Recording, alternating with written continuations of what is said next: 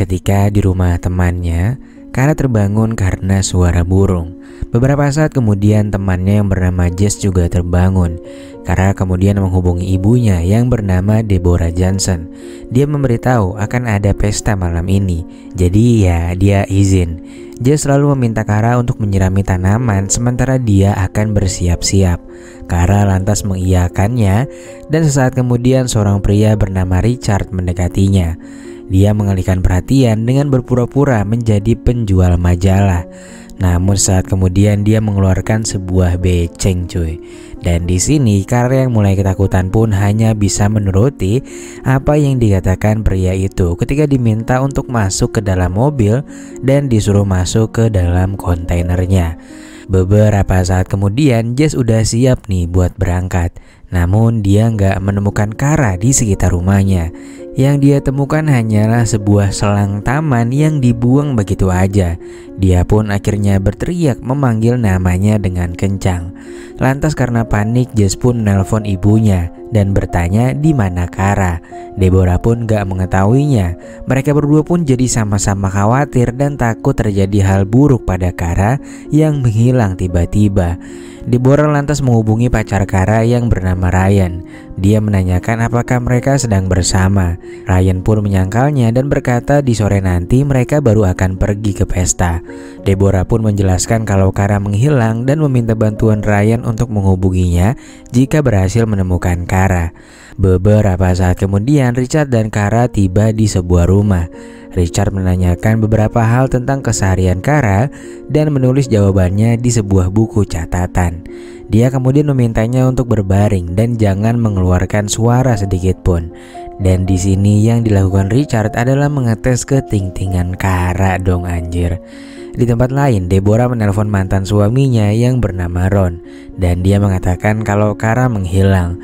Lantas setelah mengabari Ron dan juga meminta untuk turut mencarinya, Deborah lalu menemui Jess dan di sana udah ada polisi. Mereka melapor pada pihak kepolisian karena Kara telah menghilang tanpa kabar selama 2 jam. Polisi itu pun dengan santai berkata bahwa mungkin aja Kara lagi pergi sebentar aja karena ya baru 2 jam kan. Namun Deborah menyangkalnya bahwa putrinya nggak mungkin bertingkah seperti ini dan nggak pernah pula melakukannya. Polisi itu pun tetap acuh dan menyarankan mereka untuk menunggu setidaknya selama 12 jam atau kalau bisa 24 jam katanya. Lalu di rumah Richard, Kara fokus mengumpulkan informasi sambil menunggu kesempatan untuk melarikan diri. Dia mengajak Richard berbasa-basi dan mengetahui bahwa dia dulu sempat bekerja sebagai tentara angkatan laut. Richard berkata kalau Kara akan baik-baik aja jika dia nggak melakukan hal yang aneh-aneh. Dia juga bahkan berjanji untuk melepaskannya. Richard lalu membiarkan Kara melihat hewan peliharaannya dan lalu mereka lagi-lagi berbincang mengenai kesukaannya terhadap hewan. Di sisi lain, Deborah mulai putus asa. Tetangganya Jess melaporkan kalau dia melihat sebuah mobil hitam yang sangat mencurigakan sebelum Kara menghilang. Kesimpulannya pun semakin bulat kalau Kara memang benar-benar menghilang. Dia pun segera mengatur regu pencarian dan menghubungi siapapun yang dia bisa. Saat setelah maghrib, Richard menyiapkan makan malam untuk mereka berdua. Kara pun menawarkan diri untuk membantu Richard. Dan karena lantainya ngeres, Richard pun memintanya untuk menyapu aja. Kesempatan itu pun kembali dia manfaatkan dan mencari setitik peluang untuk bisa lari dari sana. Dia pun melihat kartu nama seorang dokter pada pintu kulkas. Dia mengingat nama dan nomor teleponnya. Dia juga memperhatikan tempat penyimpanan pisau serta catatan yang ada di kalender miliknya. Dan ketika Kara lagi asik-asik nyapu, tiba-tiba aja Richard memintanya untuk melepaskan semua yang dia kenakannya, lalu kemudian dia menggerayanginya. Di sisi lain di kantor polisi, Deborah bertemu dengan sheriff yang bernama Dale Stephen.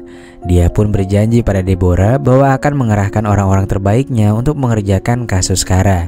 Dia pun meminta Deborah untuk tetap tenang dan pulang dulu malam ini untuk beristirahat. Pasalnya pihak kepolisian pun juga tidak bisa melakukan pencarian di malam hari karena menurutnya kurang efektif. Di sisi lain saat Richard membawa Kara ke kamar tidur, dia disumpal dan lagi-lagi diminta masuk ke dalam kontainer itu. Namun saat kemudian Kara berteriak dan berkata kalau dia mengalami panic attack. Kara lalu meminta izin untuk ke toilet, dan ketika pintu ditutup dia langsung mencoba pergi dari jendela.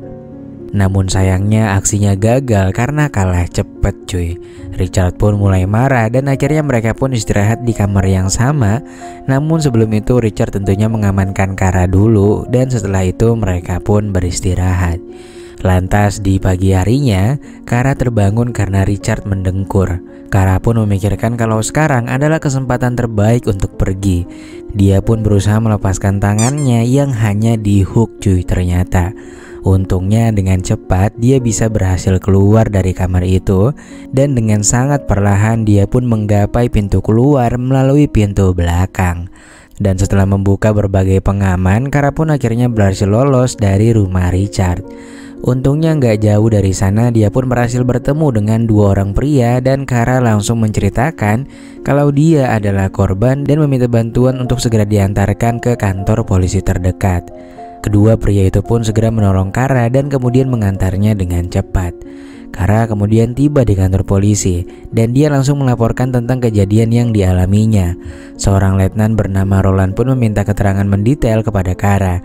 Mereka juga meminta keterangan dari dua orang yang sempat membantu Kara untuk menuju ke kantor ini. Sergeant Bonnie pun mewawancarainya untuk mencocokkan keterangan keduanya. Bonnie lalu masuk ke ruangan Ronald dan memberitahu bahwa ada laporan kehilangan atas nama Deborah dan Kara putrinya yang telah menghilang.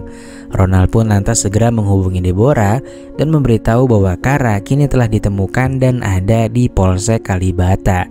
Kara lalu berbicara langsung pada ibunya dan seketika mereka pun menangis bersama. Di sini karena dua orang penolong Kara itu nggak tahu unit tepat dari apartemen Richard, Kara pun diminta pihak polisi untuk ikut bersama mereka dan menunjukkan unit apartemennya. Awalnya Kara menolak karena ia sangat ketakutan jika harus ke sana lagi. Namun di sini Ronald dan Bonnie meyakinkannya bahwa pelakunya harus ditemukan dan Kara bisa mendapatkan keadilan sebagaimana mestinya. Akhirnya mau nggak mau Kara pun mengantarnya untuk sampai ke unit milik Richard. Dan setelah Kara menunjukkan unitnya, Kara pun langsung diantar ke kantor.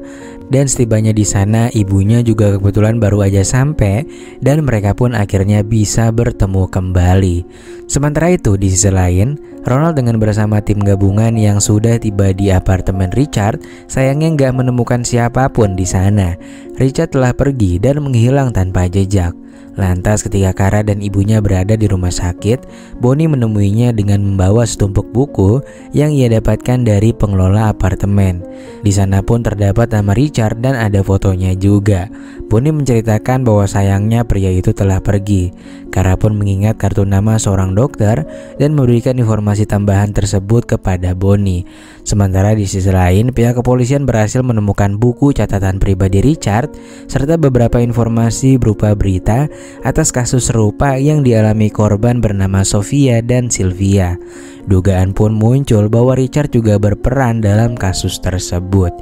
Bonnie lalu berbicara pada atasannya bahwa istrinya, ibunya, serta saudara perempuannya Richard besok bersedia dimintai keterangan atas kejadian ini dan akan bertindak kooperatif. Lalu setelah menyelesaikan pemeriksaan di rumah sakit, Kara pun kembali bertemu dengan Jess, Ryan kekasihnya, dan juga Ron ayahnya. Lantas setelah menceritakan kejadian yang membagongkan ini, Kara pun meminta untuk segera diantarkan pulang. Keesokan harinya, Sergeant Bonnie dan timnya berada di rumah ibunya Richard, dan di sana mereka pun menemukan mobil sedan hitam yang digunakan Richard dalam melancarkan aksinya pada Kara. Di sisi lain, Kara memberitahu ibunya bahwa dia berencana untuk pergi mengunjungi Ryan. Deborah dengan tegas menolak dan dia nggak boleh pergi sampai Richard tertangkap. Kara pun mengatakan pada ibunya bahwa kejadian kemarin sama sekali tak bisa mengubah hidupnya, yang selama ini emang dia lumayan bebas lah cuy. Untungnya sesaat kemudian Jess datang dan dia langsung mengabaikan ibunya lalu menuju ke kamar bersama dengan Jess. Anehnya ketika itu Kara bertindak seolah nggak pernah terjadi apa-apa. Dia masih ngajakin party dan sebagainya. Hal itu pun membuat Jess ragu akan apa yang terjadi pada Kara kemarin. Dalam hatinya berkata bahwa mungkin Kara hanya ingin memperkeruh suasana aja cuy. Kara pun menegaskan kalau dia baik-baik aja dan kejadian kemarin gak akan mengubah pribadinya menjadi orang lain katanya. Sementara di sisi lain, Ronald bertemu dengan Ashley, istrinya Richard. Dia mengatakan bahwa Richard pergi saat weekend kemarin dan sekarang dia nggak tahu di mana keberadaan Richard. Dia juga mengatakan bahwa Richard selama dia kenal nggak pernah bertindak kasar padanya ataupun memiliki kebiasaan yang aneh maupun menyimpang. Lantas Stephanie, kakaknya Richard, mengaku bahwa Richard kemarin sempat telepon dan meminta maaf karena habis ngelakuin sebuah kejahatan katanya. Namun di sini Stephanie nggak diberitahu tentang apa yang terjadi secara mendetail oleh si Richard. Dia pun sebenarnya memiliki sebuah kecurigaan dan bahkan berasumsi bahwa kejahatan ini mungkin sudah dia lakukan lebih dari sekali. Lalu ketika Jess kembali pulang, seorang sheriff bernama Dale datang dan bertanya bagaimana keadaan Kara. Bukannya menjawab, Kara malah mengatakan bahwa polisi harusnya lebih berupaya menangkap Richard karena dia tahu selama dia menghilang kemarin, polisi nggak melakukan pencarian apapun selain menunggu sampai 24 jam. Menurutnya itu adalah alasan paling bodoh yang diungkapkan seorang polisi. Polisi itu pun meminta maaf dan meminta Kara untuk tetap di rumah karena polisi sudah menemukan bukti bahwa Richard tak bisa disepelekan karena dia sudah melakukan kejahatan serupa dan korbannya 2 kali tak ditemukan. Beberapa saat kemudian Jim memperkenalkan dirinya kepada Kara. Kara bertanya apakah Richard bertanggung jawab atas apa yang terjadi pada Sylvia dan Sofia. Jim mengatakan mereka masih menunggu bukti untuk mengonfirmasinya.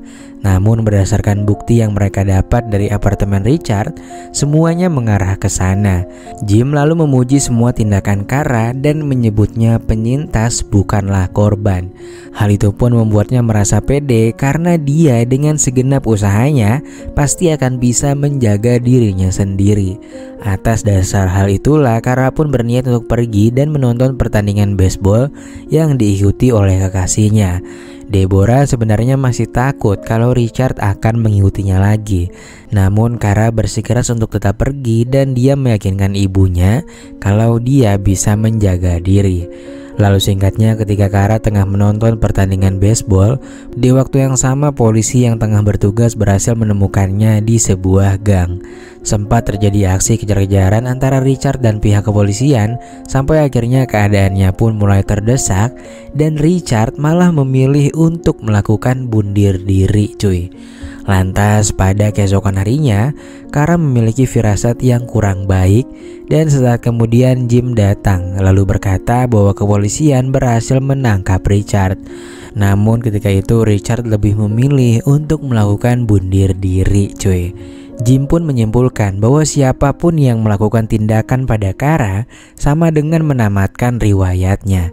Dia menyebut Kara sebagai pahlawan dan dia sangat bangga padanya. Jim juga bilang bahwa ibunya adalah orang nomor 1 yang paling peduli dengannya. Mendengar pernyataan Jim, Kara pun menjadi sangat terharu. Kara kemudian masuk rumah dan meminta maaf pada ibunya. Mereka berdua pun menangis bersama dan setelah itu film kisah nyata ini pun selesai.